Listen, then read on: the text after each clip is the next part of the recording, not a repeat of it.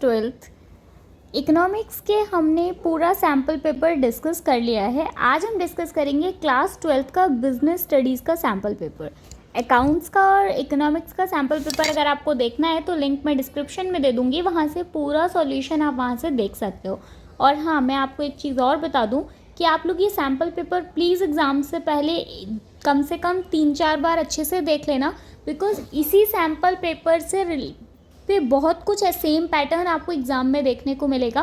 तो हो सकता है कि कुछ क्वेश्चंस भी आपको यही वाले देखने को मिल जाएं, है ना। तो चलो बिज़नेस स्टडीज़ का स्टार्ट करते हैं। देखो बिज़नेस स्टडीज़ में आपको क्या दिया हुआ है, अगर देखें तो मैंने भी अभी देखा नहीं है, मैं भी आपके साथ पहली बार ही देख रही हूँ। सेक्शन ए में आपको 24 क्वेश्चन दिए गए हैं, जिसमें से आपको 20 क्वेश्चन अटैम्प्ट करने हैं। सेक्शन बी में भी आपको 20 क्वेश्चन अटेम्प्ट करने हैं 24 में से। सेक्शन सी में आपको 12-10 में से, वही है मतलब जो कि इकोनॉमिक्स का था। चलो फर्स्ट क्वेश्चन पढ़ते हैं। फर्स्ट क्वेश्चन क्या दिया हुआ है, what distinguish a successful manager from a less successful one is the ability to put the principle into practice. Which aspect of the nature of management is highlighted in the above statement? इसमें से कौन सा statement को highlight किया गया है? तो आप देखो मैनेजमेंट एज अ साइंस को तो नहीं किया गया है, क्योंकि साइंस की तो कोई बात की ही नहीं गई है। इसमें आर्ट की बात की गई है लेकिन, है ना। तो management is an art is the right option. Profession भी नहीं होगा और इंटेंजिबल फोर्स की भी बात नहीं की गई है, तो फर्स्ट का आंसर होगा बी। आगे बढ़ते हैं next question, question number second. Fill in the blanks provides a rational approach for setting objects and developing appropriate course of action for achieving predetermined objects। इसमें आपको दिया हुआ है डायरेक्टिंग, स्टाफिंग, प्लानिंग और कंट्रोलिंग। पहले से प्रीडिटरमाइंड ऑब्जेक्ट कौन सा होता है? प्लानिंग होता है। डायरेक्टिंग भी नहीं होता, स्टाफिंग भी नहीं होता और कंट्रोलिंग भी नहीं होता। आगे बढ़ते हैं नेक्स्ट क्वेश्चन नंबर थर्ड की साइड। क्वेश्चन नंबर थर्ड में क्या बोला जा रहा है, मैं और थोड़ा सा जूम कर देती हूँ ताकि आपको ठीक से विजिबल हो, है ना। क्वेश्चन नंबर थर्ड में क्या बोल रहा है, marketing mix is the set of dash that the firm use to pursue its marketing object in the target market. ठीक है, प्रोडक्शन टूल, प्रमोशन टूल्स या फिर मार्केटिंग टूल्स या फिर सेलिंग टूल्स। देखो प्रोडक्शन टूल्स नहीं होता, प्रमोशनल टूल भी नहीं होता, सेलिंग टूल्स भी नहीं होता, मार्केटिंग टूल्स होते हैं। Marketing means the set of marketing tools. इसका मतलब थर्ड का सी आंसर सही होगा। आगे बढ़ते हैं next question number 4। Which level of management is responsible for the welfare and survival of the organization? कौन सा होता है भाई? नंबर 4 का टॉप लेवल मैनेजमेंट सही होगा, बिकॉज ऑर्गेनाइजेशन के सर्वाइवल और वेलफेयर के लिए टॉप लेवल का मैनेजमेंट रिस्पॉन्सिबल होता है। आगे बढ़ते हैं next question number 5। Question number 5 क्या दे रखा है, name the principle of management given bye Fayol which when applied would mean that the workers and management both honor their commitments without any prejudice towards one another। इनमें से कौन सा मतलब management और workers both honour their commitments? देखो discipline, mental revolution भी नहीं हो सकता, रेम्यूनरेशन ऑफ एम्प्लॉयज़ भी नहीं हो सकता और स्कलर चैन भी नहीं हो सकता। आगे बढ़ते हैं नेक्स्ट क्वेश्चन नंबर 6। अच्छा मैं एक चीज़ और बता देती हूँ कि आपको इनमें से कोई भी क्वेश्चन ऐसा है कि जिसमें अब कुछ थोड़ा सा डाउट है, आपको समझ नहीं आ रहा है, एक्सप्लेनेशन चाहिए, तो आप मुझे कमेंट सेक्शन में बता देना, मैं उसे एक्सप्लेन कर दूँगी। क्योंकि क्वेश्चंस बहुत सारे होते हैं तो मैं हर एक क्वेश्चन एक्सप्लेन नहीं कर रही हूँ। जो आपको समझ में आ रहा है ठीक है, जो नहीं आ रहा है आप मुझे बताना, मैं एक्सप्लेन कर दूँगी। Question number 6, a brand of part of the brand that is given legal protection is called brand mark, trademark, brand या फिर ब्रांड नेम। देखो a brand of part of the brand that is given legal protection, ठीक है, trademark. Okay आगे बढ़ते हैं next question number 7। Question number 7 में क्या बोला जा रहा है, identify the dimension of the characteristic of management, it is multi dimensional, which specific that the task of management is to make the strength of human resources effective and their weakness irrelevant toward achieving the organizational goals, objectives. क्या दिया है? Management of work या management of people, management of operations या management of goal. मेरे हिसाब से इसका management of people होना चाहिए, बिकॉज क्वेश्चन में ये आपको दिया हुआ है, देखो, strength of human resource effective and their weakness. ठीक है, आगे बढ़ते हैं नेक्स्ट क्वेश्चन नंबर 8 की साइड. क्वेश्चन नंबर 8 में क्या बोला जा रहा है?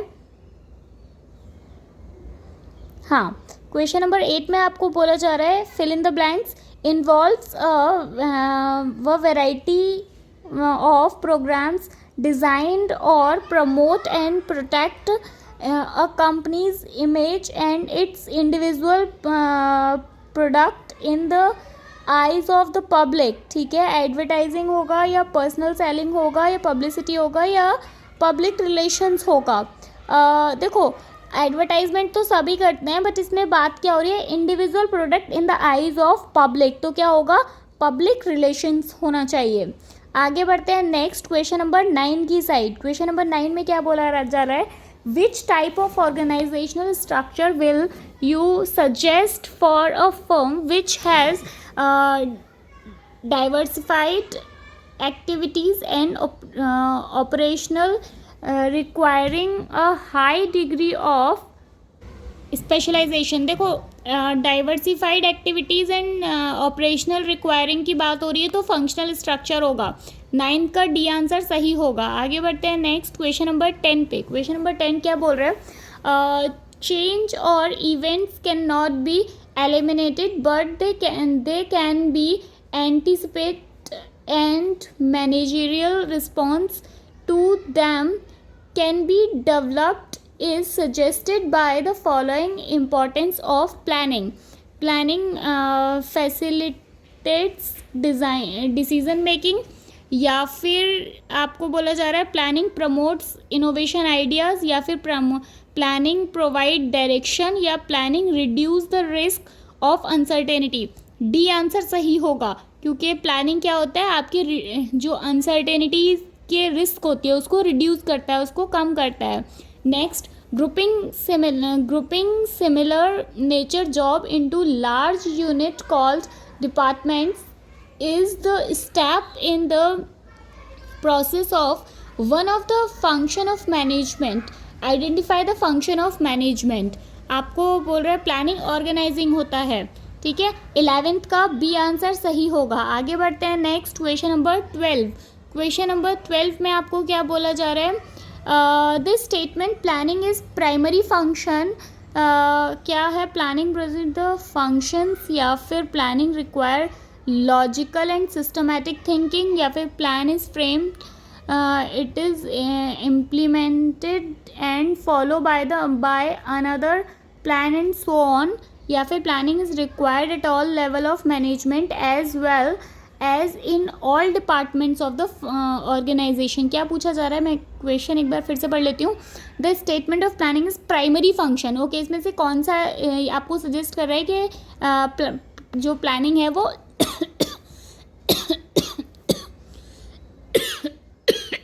सॉरी प्राइमरी फंक्शन है? Option A, planning proceed other functions. ठीक है, प्राइमरी फंक्शन, क्योंकि बाकी सारी चीज़ें तो बाद में आएंगी. सबसे पहला तो यही है कि प्लानिंग प्रोसीड करता है अदर फंक्शंस के लिए. आगे बढ़ते हैं next question number 13. Question number 13 में क्या बोल रहे हैं आपसे? क्वेश्चन पेपर आपको देख के होप लग रहा होगा कि क्वेश्चन पेपर काफ़ी इजी बनाया गया है ना? सैम्पल पेपर से समझ में आ रहा है कि पेपर काफ़ी अच्छा आने वाला है. आगे, a major decision area under one of the functions of marketing is the decision regarding marketing intermediaries to be used. Name the function. Physical distribution, या फिर gathering and analyzing marketing information, या promotion, या फिर transportation. एक बार मुझे question वापस पढ़ना पड़ेगा. Major decision area under one of the function of marketing is the decision regarding marketing intermediaries to be used. ठीक है, देखो physical distribution is the right answer. 13 का क्वेश्चन नंबर 13 का option A is the right answer. आगे बढ़ते हैं next question number 14 पर. The nature of the relationship of our country with foreign countries is a major element of which of the following components of the business environment. ठीक है, क्या social environment, legal या political environment? Political environment. 14 का ये number C. Because the nature of the relationship of country with the foreign countries. ठीक है, तो political environment. आगे बढ़ते हैं next question number 15. Which of the following statements is incorrect? कौन सा इनकरेक्ट है? Marketing is a social process, ये सही है, करेक्ट है. इसके बाद में next, focus of the marketing activity is on consumer needs. ठीक है, ये भी सही है. नेक्स्ट है, marketing is mainly post production activity.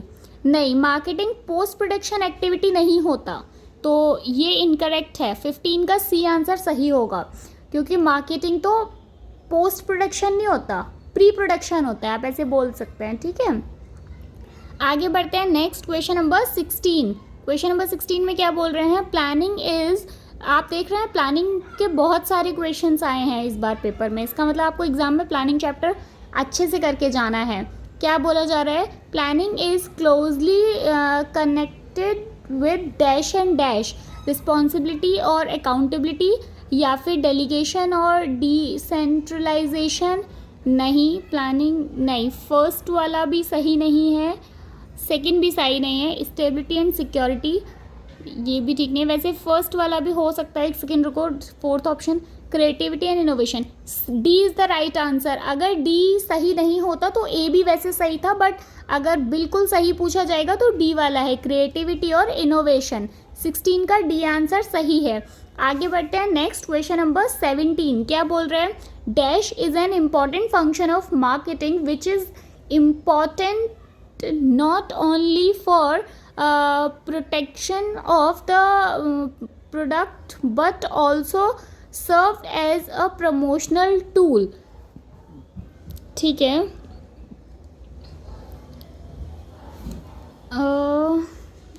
is an important function of marketing which of the important the only protection. ठीक है, packaging is the right answer. 17 का सी सही है.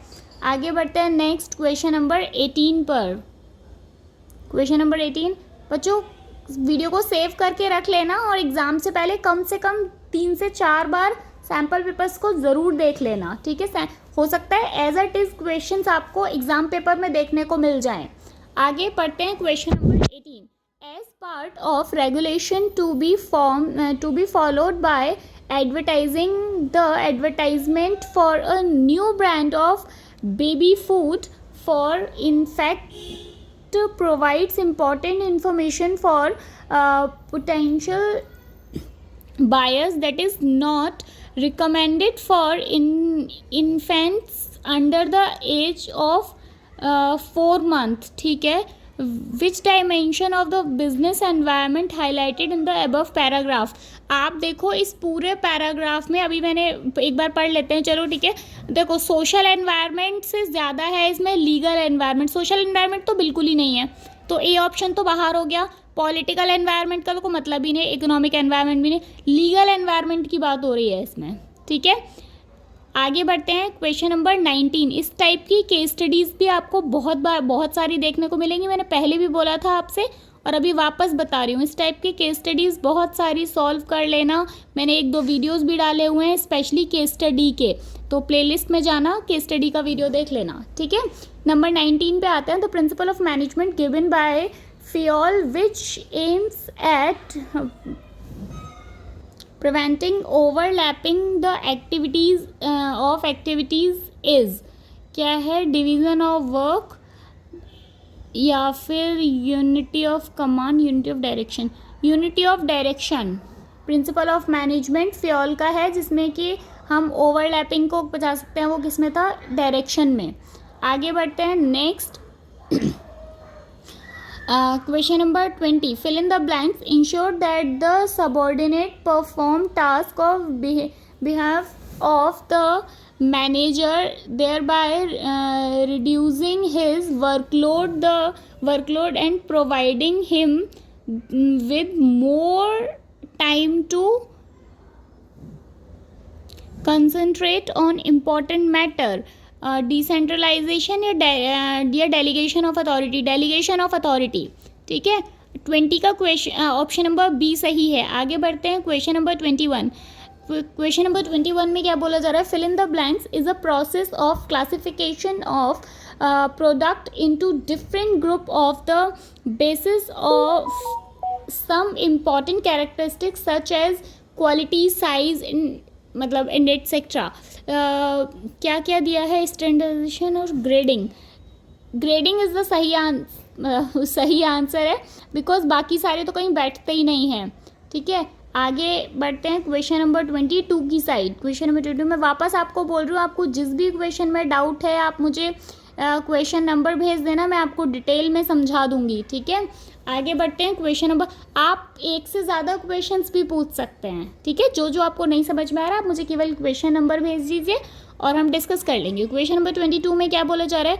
The sum total of all individual instruction and other forces that the outside the control of business enterprise but that may affect its performance is known as fill in the blanks. इसमें आपको option first they रखा है business environment, second दे रखा है social नहीं, political नहीं and economical नहीं. First सही है बिजनेस एनवायरनमेंट, क्योंकि ना तो इसमें कहीं सोशल की बात हो रही है, ना पॉलिटिकल की और ना इकोनॉमिक की. आगे बढ़ते हैं नेक्स्ट क्वेश्चन नंबर 23 पर. क्वेश्चन नंबर 23 क्या बोल रहे हैं? Name of the concept that refers to the number of subordinates that can be effectively managed by the superior and determines the number of level of management in the organizational. Sorry, क्या है? Organizational structure, span of management of authority, delegation of authority. नहीं, इसका B वाला 23 का B option सही है. आगे बढ़ते हैं नेक्स्ट क्वेश्चन नंबर 24 पे. क्या है? Taylor believe that there was only one best method to maximize efficiency. This method can be developed through study and analysis. Identify the principle of scientific management being discussed above. कौन सा इसमें किसका वो किया गया है, मतलब इसमें से? तो आप देखो, इसमें हार्मनी नॉट डिस्कॉर्ड की बात नहीं की जा रही है, साइंस नॉट रूल थंब की बात की जा रही है. ठीक है, और बाकी मैं एक बार बाकी भी पढ़ लेती हूँ. वैसे बी आंसर मुझे सही लग रहा है, बाकी देख लेते हैं. Develop the each and every person of his और हर एफिशिएंसी नहीं, और इनकॉर्पोरेटिव नहीं. ठीक है, ये हमने पढ़ा हुआ है पहले से, इसीलिए मैंने वहाँ से देख के बता दिया था. ठीक है, चलो आगे बढ़ते हैं next section B. Section B आपको इसका वीडियो मैं कल दे दूँगी. अभी आप सेक्शन ए अच्छे से कर लो. सेक्शन में 24 क्वेश्चन हमने देख लिए. आपको कुछ भी समझ में नहीं आया हो, ऐसा अगर कुछ है तो आप मुझे कमेंट करके बता सकते हो. मिलेंगे नेक्स्ट वीडियो में. प्लीज़ अगर आपने वीडियो अभी तक अपने फ्रेंड्स को देना स्टार्ट नहीं किया है तो फ्रेंड्स के साथ शेयर कर लो. पसंद आ रही है तो लाइक भी कर लो. कमेंट करके बता दो कुछ समझ में नहीं आ रहा और चैनल को सब्सक्राइब नहीं किया है तो चैनल को सब्सक्राइब कर लो. मिलेंगे नेक्स्ट वीडियो में, तब तक के लिए bye. Thank you so much and all the best.